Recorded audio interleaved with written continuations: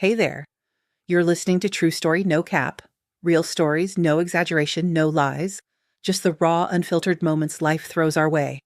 Relax, lean back, and let's get started.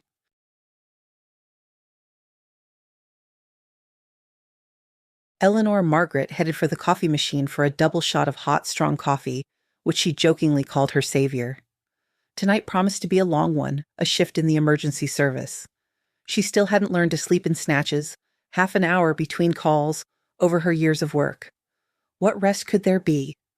Only Morocco, as they affectionately called the quick-witted nurse Livy, her loyal partner, with whom the children's ambulance doctor had been through thick and thin, could make a biting remark about sleep. Uncle Reuben has come to me again, chopping me down even while I'm walking. Coffee no longer saved her, and bright tin cans of energy drinks, besides their questionable composition, had also stopped helping. In moments when a child's life hung by a thread, Olivia transformed, demonstrating astonishing composure. Eleanor Margaret never ceased to be amazed. Nerves of steel, character of steel, a phrase popped into her mind, whether from an old cartoon or a song. To herself she added, and a huge golden heart, capable of holding love for the whole world. After each return to the station, Livy and their driver George would instantly fall asleep, their heads barely touching the pillows in the restroom. But the senior member of the crew, Eleanor Margaret, always remained vigilant, in a state of full readiness. Ellie cupped the steaming mug in her hands, inhaled the beloved aroma, and thought with pleasure, "I'll come home after my shift, and no cooking hassle. A couple of cutlets and leftover mashed potatoes from yesterday are waiting in the fridge. Vic, my husband, rushed off on a business trip this morning. 3 days of culinary freedom." The woman stretched her legs onto the coffee table, watching her sleepy partners dozing peacefully under the monotonous hum of the air conditioner. The summer had been unbearably hot, and the split system had been working nonstop for many days, as if drawing strength from an invisible source. George snored peacefully in his sleep. Everyone at the station knew about his unrequited love for Livy, but for some reason he never dared to confess. A 6-foot-tall man, who had served in hotspots under contract, who had lost his empty-headed wife after being wounded, she didn't want to see a freak with a scar on his cheek. In the presence of the restless nurse, the seasoned George turned into a shy lamb, mumbling instead of answering and breaking out in spots if their hands accidentally touched. Eleanor Margaret smiled, remembering how almost 20 years ago her Vicky had twirled around her in the park. He approached her one spring day as she was cramming Latin, preparing for an exam at the medical institute. "May I sit here? Is the spot on the bench free?" Fair-haired, pretty Ellie flashed her gray-green eyes and pulled her heavy briefcase of textbooks closer. "And why didn't the neighboring benches appeal to you? There are plenty of free spots there." "This bench? Pants," the sturdy man Vic mumbled and flushed crimson. "Well, then my arguments are exhausted," the girl laughed. "Shall we introduce ourselves, perhaps? I see you're unlikely to decide on your own." Holding out a palm sweaty with nervousness, the guy introduced himself a little fearfully. "Victor, that is, you can just call me Vic." He didn't shake Ellie's hand, instead frantically wiping away the moisture on his light summer trousers. Ellie lightly touched his hand with her fingertips and said, "And I'm Anastasia, Ellie for short. Sometimes friends call me Elliebug." This childhood nickname instantly diffused the tense atmosphere. Vicky smiled happily and said, "I'd like to earn the right to call you Elliebug too, to become your friend, and let's switch to you." "Let's," the girl agreed. "What are formalities at our age?" That day, Ellie had to rush back to the dormitory to have a clear head for the boring Latin exam the next day. They agreed with Victor that he would wait for her at the institute. If she passed successfully, they would celebrate with ice cream and pastries at the confectionery on the boulevard. A red light flashed on the ambulance dispatch console. The dispatcher quickly entered the data into the computer, simultaneously making notes in the log. "Crew on the way. Address, Grigoriev. The app has already sent it. Hurry. A house on the outskirts. A little girl is suffocating. The parents can't understand the cause of the attack." Quickly pulling on her uniform, Olivia was already rushing down the stairs from the second floor. "Eleanor Margaret, I grabbed the case. Even managed to shove your folder with papers next to it. Let's not waste a minute. I have a bad feeling." Quickly getting into the already started car, the well-coordinated trio under the command of Eleanor Margaret set off. The night city gradually cooled down after the daytime heat. George even thought that at times the softened asphalt was melting under the wheels of the old Gazelle, but there was no time to think about it. He drove carefully and quickly. If the road remained this deserted, they would arrive in about an hour. Eleanor Margaret, sitting next to the driver, thought, I should have put Olivia and George together. At this hour, while George was pushing the car to its maximum, Olivia in the back compartment was lost in somber thoughts. She was 30 years old, and they hadn't been easy years. An orphan since the 3rd grade, her family was a rare exception. It wasn't the father who left home for another woman, but the mother. She fell in love with a young fellow chef and left with him to the ends of the earth, and wasn't leaving for 5 years to Norilsk as the production manager of a new restaurant the end of the world geographically. After such treachery, Olivia's father seemed to go mad. He methodically searched the apartment, destroying any trace of his wife's presence. He tore up the wedding photos that stood on the dresser and in the wall unit. He threw her things out of the bathroom. Accidentally knocking an old perfume bottle off the shelf, he smashed it against the tiled floor with a mournful crunch and long trampled the shards, as if grinding the remnants of his love into the hard surface. The persistent smell of her mother lingered in the bathroom for a long time. Olivia was only 10 then. She couldn't understand what was so wrong with her that her mother left her with Dad without even saying goodbye. The word love was unknown to her. Her parents didn't show romantic feelings in front of her. They were reserved and businesslike. Later, analyzing her childhood, Olivia made a promise to herself. I will elevate my chosen one to the heavens with affection. I will not repeat my parents' mistakes. Her father drowned his sorrow in a peculiar way. He didn't drink but plunged headfirst into work. He was a plumber, such a master that there were months-long queues for him if you needed to install an expensive bathtub or toilet in an elite apartment without a single scratch. No one guessed that the miracle plumber had set a grand goal: to earn fabulous money, fly to his wife in Norilsk, and prove that he was her only beloved man. In a beautiful tin box from under halva, he saved bills, never spending even a couple of rubles on beer. The wad grew, became heavy, and warmed his hands pleasantly. Meanwhile, the object of his dreams in the north, finding herself in harsh realities, couldn't cope. The tragedy was banal no simple. Neighbors, learning that the newly appointed restaurant manager decided to walk a couple of blocks in the strongest blizzard, just shook their heads. Olivia's mother got lost in the snowy trap. Snowflakes, usually falling smoothly, came down in an icy, piercing flock. Her mouth and nose were blocked, she couldn't breathe. Her knees buckled as if from a blow, and she helplessly sat down in a snowdrift. She had no strength to scream. When an hour later her husband, who had started to worry, didn't find her at home, a search was organized.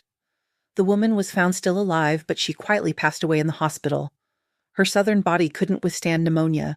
That's how Olivia became half-orphan, but they learned about this much later. The criminal story involving Olivia's father could have been the plot of a detective novel. After his wife's escape, he worked obsessively for a year. Finally, he saved up a sum that seemed to him a sufficient argument for her return. He dressed up, got ready.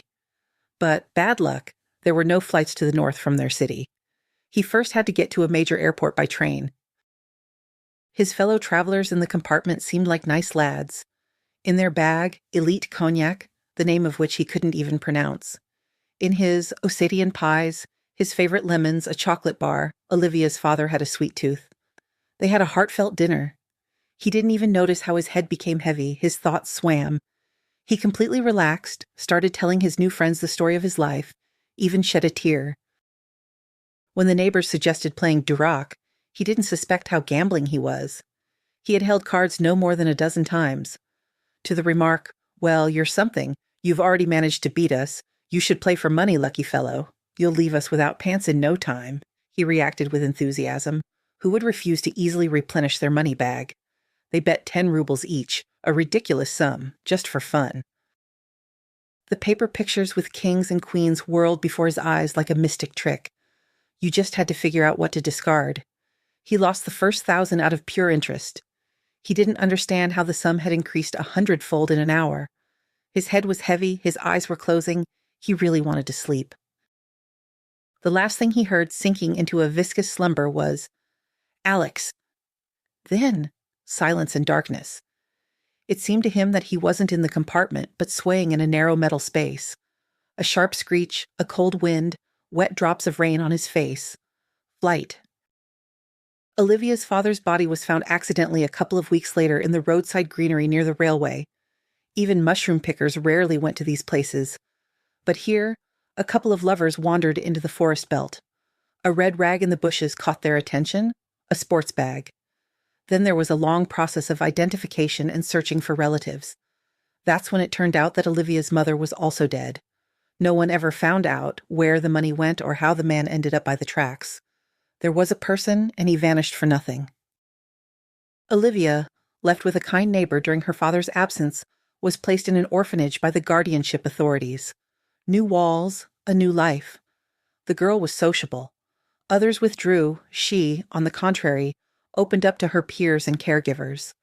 In studies and activities, the lively Olivia, with fair hair, brown eyes the color of burnt caramel, and a sculpted figure, always first. Her favorite subjects were biology and chemistry. Her hobby was theater. But in sports and hiking, you couldn't find a better assistant nurse. During one school outing, a classmate stepped on a rusty nail. The wound was bad, bleeding like a fountain. The PE teacher and a young caregiver were flustered. It was more than a kilometer to the camp with the experienced doctor Claudia Mary. For a few seconds, Olivia, like everyone else, looked at the wound. Then, as they told it, the fearless girl fashioned a tourniquet from some rope, shouted to the stunned crowd, "Note the time I tied it! A note here!" She tore her white shirt into makeshift bandages. She commanded, "First aid kit, quickly. See what there is for disinfection, since someone forgot to put in sterile bandages." The recovering PE teacher threw his windbreaker over the girl's shoulders in her thin top. With the help of students, he built a stretcher out of branches. The guy could barely walk. He limped and winced in pain. At the orphanage, in the infirmary, Claudia Mary said after the ambulance left, "I just heard praise from the medics for how skillfully first aid was rendered. But it's you who should be praised, not me, an old crow. I didn't check the first aid kit. Shame on my gray head. Where did you pick up all that knowledge, child?" Olivia laughed. "I don't know myself. Firstly, I love movies about medics. Secondly, there's someone inside me whispering, 'Take this, do it like that.'" So it happened that Olivia chose her profession not out of necessity, but out of great sincere love. The gazelle strained as it climbed a small rise and stopped at the house. Pechetnaya, 10. Eleanor Margaret deftly grabbed the case and walked quickly towards the gate. Olivia, delayed for a couple of seconds, was already behind her, covering the rear. On the wooden gate, an old copper doorbell. A rarity, probably doesn't work, thought Ellie. But the bell didn't fail, announcing the pre-dawn silence of the street with its ringing voice. Footsteps were heard behind the gate, and it swung open. A silent scene. Spectators could have stood up and applauded. Standing before Eleanor, Margaret was her husband Victor in person, who had left that morning on a business trip. Seeing his wife, he stammered, "Please come in. The girl is in the house in the back room." Ellie and Olivia rushed towards the house. Hammers pounded in the former's head. All questions later, the main thing now is the girl. But what does this mean? Why is Vicky here? What connects him to this little one? In the vestibule, there was a persistent smell of dusty mats. The general untidiness was striking. In the next room, the aromas of yesterday's borscht, which had survived more than one boiling, and cinnamon mingled. The little patient lay on the sofa. Next to her, a young woman of exotic appearance was pacing. Seeing the mom, Ellie was taken aback. Acid fuchsia dreadlocks, heavily lined eyes, jeans with huge holes, a shapeless t-shirt. The thought helplessly pounded in her head again. Vic? What is her Vic doing here? A lover of impeccable cleanliness and classics? He can't be here. But he stood next to her and looked at her with the pitiful eyes of a sick dog.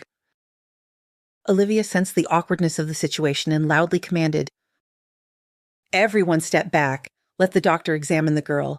And you, Mom, quickly tell us what happened." The little one lying on the pillow was so much like Vic that Ellie's breath caught. Her heart skipped a couple of beats. It became clear Quinky's edema had affected the larynx. The girl was barely breathing. On her face, traces of hives. The little one reached for the spots, trying to scratch. To her surprise, Vicky began to answer. It was as if a bucket of ice water had been poured over Eleanor Margaret, and he straight away, as if diving into a whirlpool. "We were at the circus with my daughter today. There are ponies on tour. She's crazy about horses. In the second act, when the pony show started, Alice started coughing. Then her face began to swell. I immediately knew something was wrong. We went to the infirmary. They gave her an antihistamine. The swelling went down. We went home. At first, everything was normal, and then Allie started wheezing.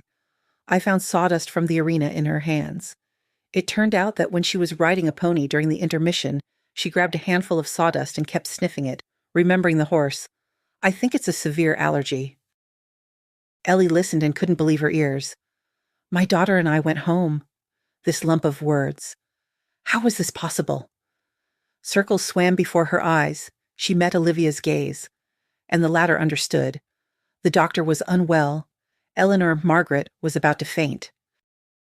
Of course, Olivia knew her chief's husband, and she understood that the doctor didn't know about the child on the side.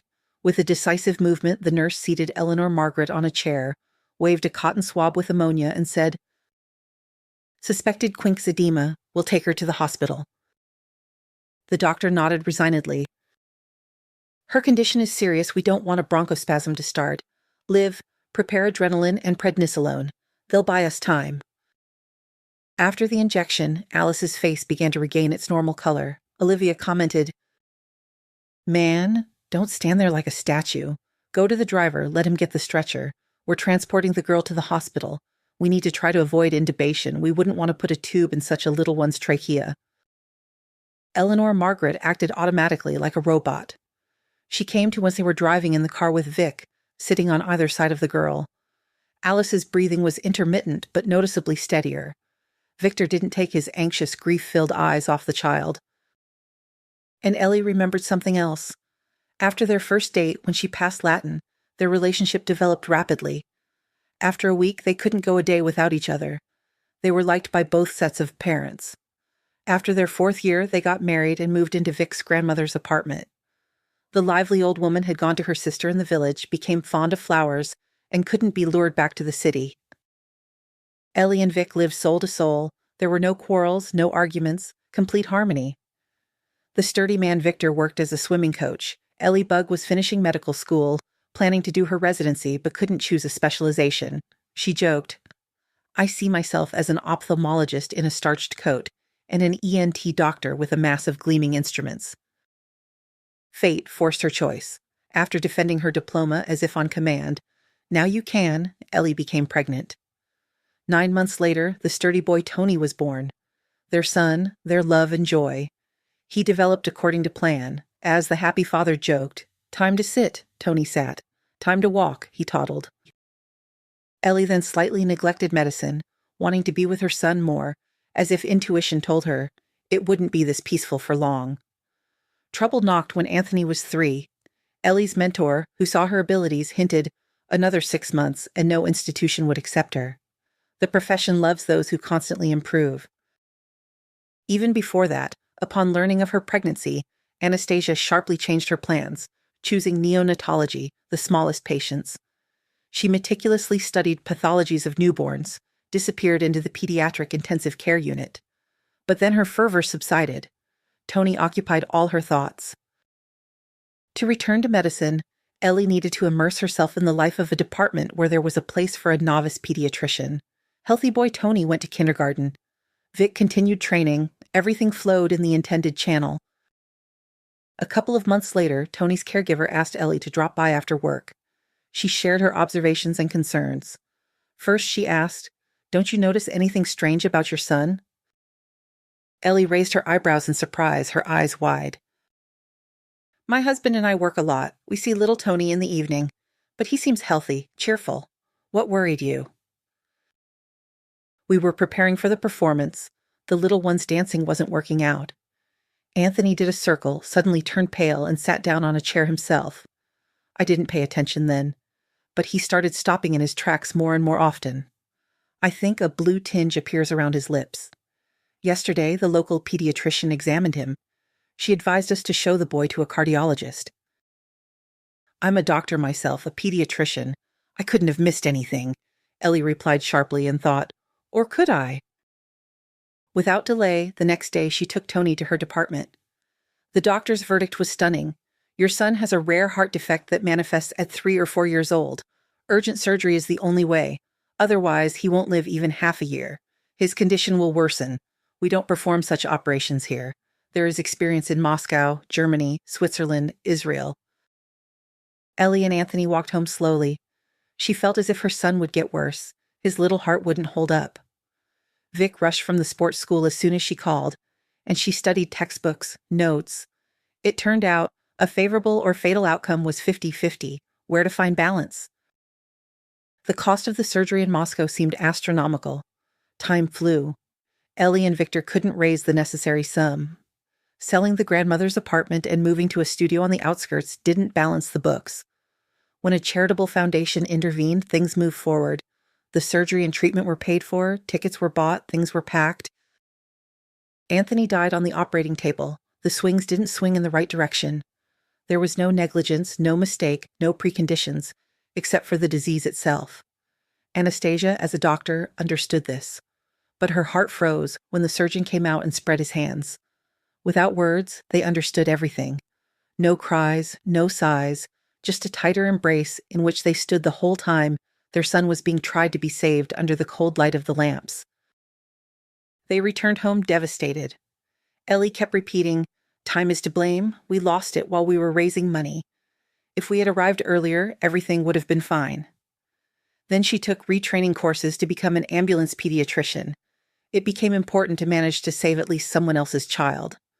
That's when she told her husband her motto, "We are always responsible for everything. It's just that some people live without realizing it."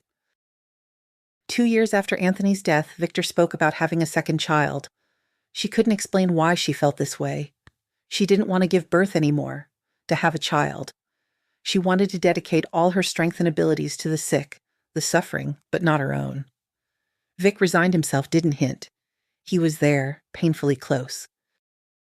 And now they were driving side by side with his daughter from a strange, incomprehensible girl. Eleanor Margaret didn't even want to call her a mother in her thoughts. In a daze, the thought dominated. What does her husband have in common with this feather-covered wonder? On that June day, when Vicky was wandering through the park alleys, it never occurred to him that fate was waiting for him on the bench in the form of a girl with luxurious gray-green eyes. The pretty person, contrary to his male understanding, ran her hand over her lips, twirled a strand of hair around her finger, wrinkled her nose, chewed a sandwich, drank from a bottle, turned pages. She did everything at once without getting confused. Vic froze and, however pathetic it sounds, perished. He fell in love at first sight. His legs carried him to the bench, and then he got flustered and blurted out the first thing that came to mind. She didn't hesitate, offered to introduce herself, and agreed to meet for ice cream the next day. In any love story, there are two participants, two heroes. If you wrote down their memories, you would get two similar novels. They understood that they loved each other and wanted to be together. They were close, friendly, understood each other. They lived, waited, raised Anthony. Everything was shared, 50-50. Together they faced trouble. Their son left, they remained. Against the laws of nature, the elders outlived the younger. That trip to Sochi, preparing for the Olympics, was unusual from the start. The games were a year and a half away. The city was one big construction site. The coach and the team even tried out a new hotel in Krasnaya Polyana, intended for foreigners. After admiring the Caucasus, swimming in the sea, and winning, everyone was going home happy. When buying tickets, it turned out that many professionals traveled back and forth. Tickets were scarce. The coach was forced to buy a 2-berth compartment. His neighbor turned out to be a girl. She was going to his city on vacation. Her ticket was also bought at the last minute. She was snub-nosed, blue-eyed, and cheerful. She wasn't brilliant, she talked nonsense, but Vic wasn't going to christen children with her. Athletic, with a muscular physique and a serious look, he had always been popular with women, but he wasn't interested. He was tied to Ellibug by shared joys and sorrows, like ropes. He paid little attention to others, even if they showed interest. The girl in the compartment was about 10 years younger. When he entered, she was engrossed in chewing a potato pie and drinking cola. She nodded in greeting and introduced herself. "Tanya, I'm going on vacation. I've been painting for 9 months without days off. The foreman gave me 2 weeks off. Sit down. Why are you standing there? We'll be stuck here for almost a day." A bewildered Vic sat down on the second bunk. The train started moving, and the Sochi station floated past the window. 10 minutes later, the lads from his team came to him and started teasing. "Chief, maybe we should switch places? Such a girl is traveling with you. Don't shame the team's victories." It was easy with Tanya. She didn't flirt, didn't simper, didn't play games. She offered him pies, took his sandwich, went to get coffee. Some things are just expected of women. I'm already 23, I just look like a little thing because of my height. But then we're already respectable. The train glided along the rails. Day turned into inky night. They discussed premieres, stars, Sochi. They told a couple of jokes. The conversation didn't flow further, so they decided to sleep. Vic leafed through newspapers, Tanya rustled a detective novel. It was boring.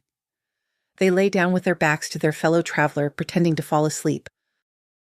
After half an hour, Vic dozed off. He woke up to hands stroking his shoulders. "Don't be afraid, brave coach, brutal one. You're too hard to resist?" Victor flinched, quickly stood up and turned around. "What are you doing?" "Fellow traveler, I told you I'm married. Or have your skis never veered off to the left from your wife?" "Of course," the man grumbled angrily, and inside, the predator's excitement came alive. Tanya instantly caught the change. Well, and then what happened, happened. In the morning, they barely spoke. "No, I won't have coffee, thank you." Even the bold Tanya didn't look up at him, as if ashamed. They parted ways in their city.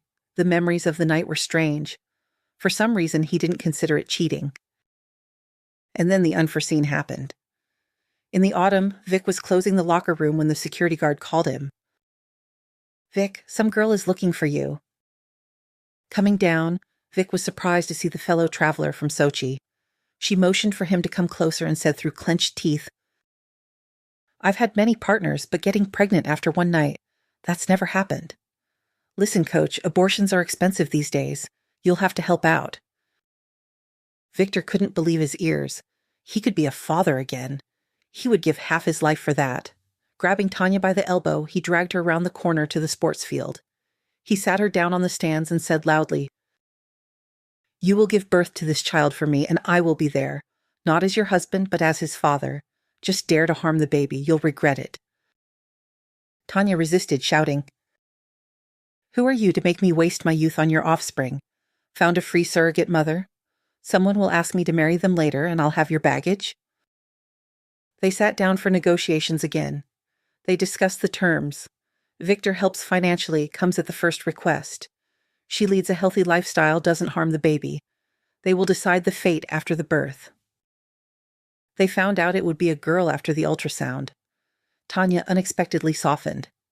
"I didn't want a boy, but a girl? I'll think about whether to keep her myself or give her to you, Dad, as a gift. You were happy, weren't you?" Vic looked at her and thought, how could I have been so weak on the train, next to such a woman?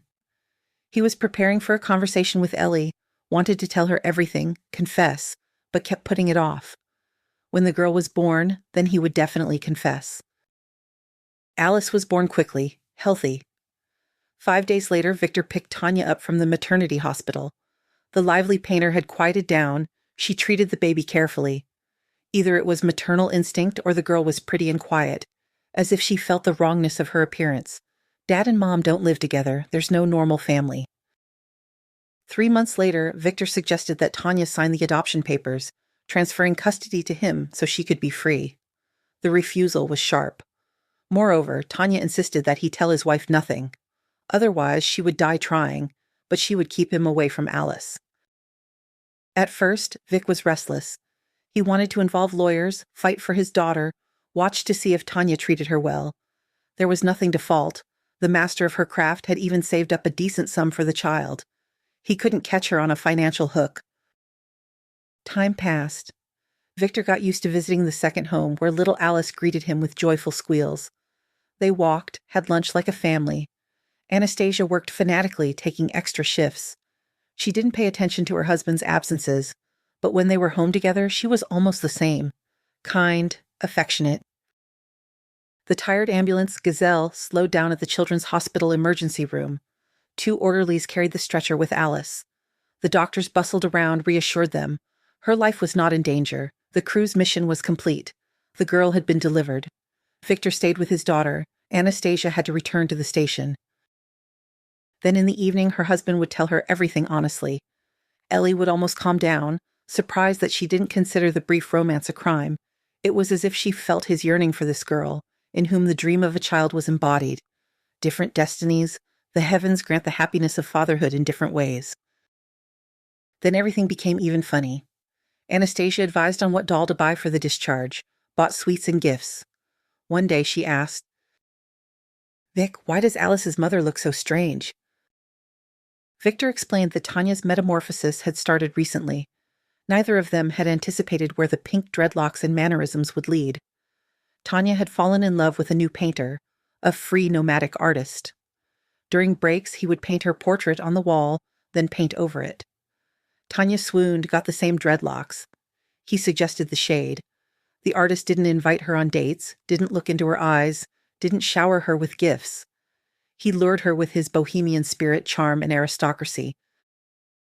What wind had brought the genius to their construction site, Tanya didn't ask. She prayed that the male Mary Poppins wouldn't disappear. She imitated her idol. She dressed like him, smoked thin cigarettes, ate like a prince, rolls, wine, cheese with mold. She paid less attention to little Alice, only pretending to be an ideal mother when Victor was around. He didn't feel anxious about the changes. By New Year's, Tanya felt that love was about to take flight. The nomad confided that he never stayed anywhere longer than 2 to 3 months. He would get bored. He had dropped out of art school. The urge to change places had won. Tanya rushed after him 2 weeks after the longing appeared in his eyes. But first she prepared. She knew that Victor had no secrets from his wife. She invited them both to a cafe. Ordering coffee and pastries to sweeten the pill, she didn't beat around the bush. "I've met the man of my life. I'm ready to follow him to the ends of the earth. Alice is now superfluous to me. God knows I wasn't always a bad mother. I was attached in my own way. Now I want to arrange my personal life. If you want, Vic, fill out the papers. I'll give you my daughter and leave." Ellie was shocked by the offer. She didn't object to Victor's daughter living with them, but how could a mother refuse like that? The image of Tony flashed before her eyes. Her heart ached. "If you had come back, my dear, I would never have given you away." Aloud she said, "We are always responsible for our loved ones. Vic, you haven't even said a word and I'm rushing. We agree, Tanya, to take the girl into our family. Fill out the papers, we'll sign everything." The adoption went smoothly, bypassing bureaucracy. Victor and Anastasia adopted Alice in the shortest possible time. The girl adored her father. Her mother's departure was explained as necessary. She quickly found a common language with Aunt Ellie. Crowded but not unhappy. In the small studio apartment, the little bell-like voice participated in everything. Alice and her father hung laundry, helping Aunt Ellie. Then the female half-baked pancakes and called the head of the family for tea. The story could have ended there. But it's not for us to decide how fate will arrange things. It prepared new trials. Another crew was supposed to go to the collapsed building call. Someone in the heavenly office decided otherwise. The nurse slipped on the station steps. The first frosts had arrived and the treachery of the ice had been forgotten. At the other end of the city, casualties were waiting for an ambulance. The medic's leg was swelling, a fracture. Eleanor Margaret's crew was urgently reassigned to the accident site. Composed Olivia, indispensable George, focused Ellie. All present. Even Olivia didn't argue, but quickly got into the cab with George. So, with George, no time to argue. A couple of days ago, Ellie and Olivia had a serious talk. They were friends on a first-name basis, only observing subordination at work. The doctor started it, but she wasn't scolding about work, but about George. "Don't you have a heart, Liv? The whole station is gossiping that Georgie is pining for you, and you're acting like a stranger. You're good in every way, and a scar only makes a man more attractive." "And what do you suggest, Ellie Bug? He acts like the devil at any touch. Am I contagious?" "He touches me and jumps back. How am I supposed to understand that reaction? And you say he's in love. That's a lie." Now Olivia was driving next to George and involuntarily admired his courageous profile. The scar, cutting across his eyebrow and running down to his beautifully shaped lips, no longer scared her. George was attractive with that masculine beauty that promises protection. It remained a mystery why he deliberately avoided her. If he loved her, why act like that? George was afraid to get closer to Livy than a meter. He loved this cheerful person too much to offend her with an involuntary display of interest. And now, as soon as Olivia turned away to the window, he would glance at her, admiring her unassuming but pretty beauty. When the nurse turned back, George sat straight, looking at the road. In front of the house where a collapse had occurred on the third floor of an old building, a crowd of onlookers had gathered. It hummed like 100 bumblebees, filled with rumors, fueled by the anxious reports of the rescuers. "Did you hear? A little girl is trapped by something on the first floor. She's screaming in pain. The rescuers can't get through." Hearing this, the slender Eleanor Margaret commanded, "Olivia, prepare the painkiller. I'll try to crawl to the little one."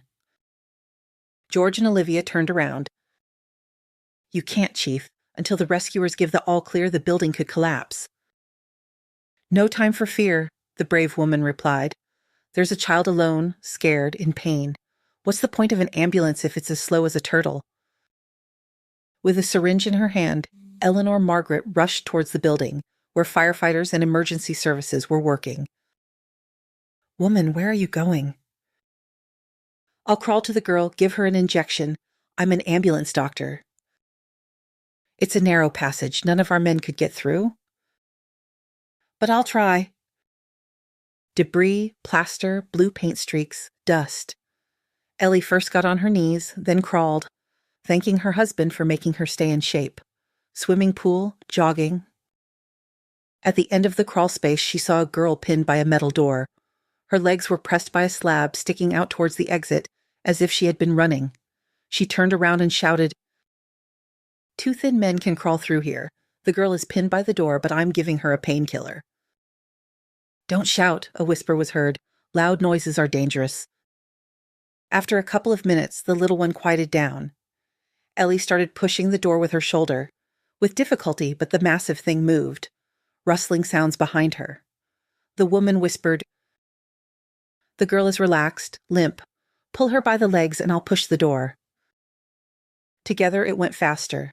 The men pulled the girl through the labyrinth. The way back didn't seem so unknown. Ellie hesitated for a couple of minutes. Outside, people didn't understand what had happened. A crash. The building began to fold like a house of cards. Two lads managed to jump out with the girl in their arms. Eleanor Margaret, the well-known children's ambulance doctor, was buried forever under the debris.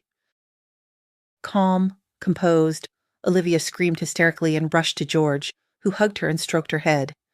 It seemed to them that Ellybug had been swallowed by a greedy monster with a toothed maw of stones. It lured the brave woman with the syringe, swallowed her without choking. People bustled around.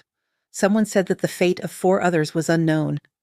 Ellie's widowed crew stood in the middle of the chaos, tightly embracing. Later, convinced that their presence was not needed, they went to the car, their arms still linked. They had to go to Victor to tell him and Alice the bitter news. 2 weeks passed. George and Olivia had a new doctor, an elderly pediatrician from the polyclinic. Silent, stern, but qualified. But the nurse and the driver felt that the soul had left their crew. Everything was as usual, and yet nothing was. They didn't want to go to work. On the day Eleanor Margaret died, they immediately went to her home. Alice was at kindergarten. Vic was packing his bag for training. Olivia had never seen such a reaction to sad news. After their story about little Ellie's last moments, Vic's face turned black. His eyes had just been alive, shining. The light went out, his skin turned ash gray. How to comfort a person? All words seemed empty, consolations useless. Olivia and George understood that they were superfluous in this scorched desert. They didn't want to scatter. A thick thread bound the couple who had witnessed the tragedy. They arrived at Olivia's apartment together after their shift. It seemed to them that no words were needed to explain how much time they had lost. Olivia prepared food as if she had done it 1,000 times. After the stress, both had a ravenous appetite. A huge pan of potatoes with eggs was eaten in 5 minutes. Before, George thought that if Olivia was near, he would pounce like a wolf. It happened differently. He felt such tenderness that he was ready to melt. George felt such happiness, as if there had been no long torments of waiting. When Livy fell into a restless sleep, he couldn't sleep. He checked, wondering if he was imagining it. She, his woman, was sleeping on his shoulder. He was struck by the warmth with which Olivia touched his scar, kissed the line, looked into his eyes. Did he like her caress? She acted as if a hero, a protector, was next to her. He remembered the disgust on his wife's face after his injury. They didn't say, "I love you. I need you." In their story, everything had been said long ago, and now they were proving that it wasn't a mistake, that it was worth enduring and waiting for everything to be like this now. In the morning, Olivia calmly said, "George, you should go home and get your things. My apartment is closer to work and more spacious. Then we'll decide what to do with your place. We'll combine our efforts, trade up for something bigger." George had never known quiet family comfort. With his wife, they lived apart. He felt rootless, cold. It felt like they were together, but the feeling of being apart didn't leave him. That's why he threw himself into his work. With his Livy, it was different. He felt confident that he was needed. That even when he went to the supermarket, she managed to miss him and greeted him so warmly, as if he had returned from distant travels. Victor lived in a daze after Ellie's death. In the morning, he mechanically made sandwiches, coffee, stirred porridge for little Alice. The girl became his salvation, his outlet, his light. In his free time, he couldn't stay in the small apartment. His and Ellie's parents had declined after the grief, turning into helpless old people. They sought solace in working the land. They planted fanatically, finding oblivion. They tried not to think, not to remember. They didn't even take their granddaughter for the weekend. And they couldn't cope with the lively, curious girl who asked 100 questions a minute. On weekends, Victor took his daughter hiking. They went to the river, set up a tent, wandered around, gathered wildflowers for Ellie's grave. On the way back, they stopped at the cemetery. Vic sat on the bench, talking to the departed for a long time. He told her how the week had gone, boasted about his trainees' victories. Ellie from the photo looked with her gray-green eyes and smiled with the smile with which she announced her motto, "We are responsible for everything. If you commit, see it through to the end." After the cemetery, Vic felt better for a short time. He noticed a new trait. Laughing women irritated him. If he saw one, he would look after her and think with malice, "I wonder, my dear, would you have stepped recklessly under the ruins if a strange child was crying there?" Annoyance enveloped him. Why were they alive and Ellibug was gone forever? Little Alice grew up all at once, turning into a wise old woman. After kindergarten, she didn't fuss. Buckwheat with sausages was the best food. The Cinderella fairy tale was a revelation every time. She wasn't afraid to stay alone if Vic had to leave. Afterward, she would ask, "Are you tired? Shall I turn on the kettle? Shall I take your socks?" She had lost a second mother, but she didn't ask questions. They were comfortable in this orphan solitude, understanding each other with half a word. Sometimes in the evenings, George and Olivia would drop by with pastries. They would have tea parties. They remembered Anastasia with bright sadness. All four loved her, all of them missed her. Victor desperately wanted to leave the city where everything reminded him of the past. But where would he find a new team? His wife's grave was here, his parents were nearby. His desire didn't align with reality. They decided to celebrate Eleanor Margaret's death anniversary at a cafe. Colleagues arranged everything. Victor, Alice, and the parents were brought to the ready celebration. George and Olivia had recently gotten married and were expecting an addition to the family. They had moved into a new apartment, combining their homes. At the memorial table, many warm words were said about Anastasia. No one wanted to leave. Vic's parents wanted to take Alice for a couple of days. They missed her. After seeing off the guests, Vic walked home through the park where they had met. The same bench, alleys, bushes. A group was having fun. 3 guys surrounded a girl, not letting her leave. Victor's eyes darkened for a moment.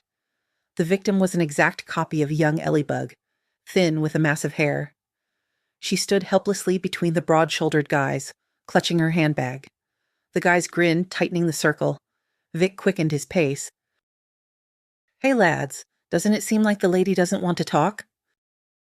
One loosened his grip, turned around, and hissed, "Man, just walk on by. We'll sort things out with our friend here." A cold wave of fury ran through Victor's body, turning into a volcanic inferno. It was important to save the girl, not to let them mock her. Even if they knew each other, it was important for him to rescue her. "Looks like the quick-witted uncle didn't understand. Go another way, passerby. We're locals here. You're not needed." Victor glanced at the girl. Despair was in her green eyes. She was silent, but her gaze pleaded for help. Vic wasn't mistaken. She was uncomfortable. "The girl is coming with me," he stated as an ultimatum, "or you'll regret crossing paths with us." "Just look at the funny man." One stepped away and started pacing near Vic. "Doesn't understand the first time. Cocky." The guy pulled out a knife which glinted in the lamplight. "How about this argument, knight who decided to save a lady? How do you prefer? Shall I tickle your throat? Or shall we see if our beauty likes games?" Vic, who had often taken athletes to the infirmary, wasn't afraid of attacks. It was important that they didn't touch her, the copy of Ellybug. The lads abandoned their victim, who froze like a statue, and began to surround Victor from all sides. This spurred Victor on. He had had a couple of drinks. The rest was done by his hatred for the scumbags, who considered themselves masters in their park. How much older was he? About 10 years. Almost the same generation. But in the eyes of his opponents, so much cruelty, a craving for lawlessness, that it was beyond all bounds. The fight started abruptly. The guy with the knife immediately scratched his shoulder. The strongest one looked into his eyes with a smile, trying to win morally. The girl stood aside, her mouth open. "Get out of here," Vic shouted, "so I don't see you again." But the young woman didn't give up. She shook her head energetically. "I won't leave you alone. They've been harassing me for a long time. They caught me alone. We study at the university. The boys are from the elite, and I'm from an orphanage like a red rag. They're interested in my life in the state institution. We don't abandon our own. I'll be right here." Victor was distracted by the monologue and missed the blows to his ribs. Something crunched. A fracture, he thought with annoyance. The guy with the knife decided to amuse himself differently. He jumped up from behind and pressed the blade to her cheek. "You say, Kitty, you don't abandon your own? And if I tickle your throat, will you run?" The girl, who had been in a state of suspended animation, didn't faint. She turned around, a trickle of blood ran down her cheek. She shouted, "How tired I am of you at the university, you creeps. Without your daddies and mommies, you're nobody, an empty space. What can you do on your own? Take away your car, your trinkets, your card? What do you know about survival in a wild pack of teenagers?" No one expected such a response. The guys became enraged, their faces darkened. Putting away the knife, his opponent joined his friends. They surrounded Victor with a mass of bodies, faces contorted with anger. He himself couldn't remember later how he pushed their leader. The latter did a somersault and fell flat on his back. His head hit the curb. A ruby stain spread under his head. Vic, who had taken athletes to the infirmary so many times, understood. Things were bad. He habitually put his finger to his neck. There was no pulse. The rest was a blur. The girl was the first to come to her senses. "Ambulance, please, quickly. Nobody move." The guys fumbled for their phones, calling parents, emergency services. Vic sat on the curb, thinking frantically. "Alice is with her grandparents. I'll be detained. What about the girl?" He quickly called the student over. "What's your name? I need help." "Vera, tell me." "I'm Victor. Here's a note with the address, keys, and the phone numbers of my friends, George and Olivia. My 5-year-old daughter is with her grandparents. Pick her up and give her to my friends. They'll take care of her." When the police, ambulance, and a crowd of people arrived, Victor was calm. Never say never. It was his turn to find out what prison life was like. How many important gentlemen arrived, ordering everyone around. It was lucky he was immediately taken to the car, otherwise the unleashed dogs of the deceased boy's father would have dealt with him on the spot. Vera, whom he had saved, hovered nearby. She showed the ambulance crew her cut to get a certificate. She rattled off to the detectives and the investigator. They were brought to the police station together. They took his documents and phone. While they were sorting things out, Vera, like a quick mouse, ran off and made calls. Meeting Vic's eyes, she gave him a thumbs up. The mechanism for caring for his daughter had been activated. She turned out to be a desperate firecracker. At the trial, she presented everything in such a way that the wealthy relatives turned pale. She found witnesses that the trio had been harassing her for a long time. She was respected in her group. These guys were not liked. The picture for the victim looked unfavorable. Undoubtedly, Victor didn't intend to harm the boy. It was a cruel boomerang. But things happened as they happened. He was given 5 years in a general regime colony for exceeding self-defense limits. Vera's participation helped the judge make an optimal decision. The prosecution had insisted on 8 years. Vic didn't know how George and Olivia managed to arrange it with the guardianship authorities, but Alice was given to them.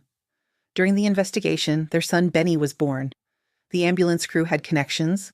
They had saved the children of officials. When Olivia was allowed a visit, she reassured Vic. "Don't worry, friend. Alice is fine with us. You and Ellie aren't strangers.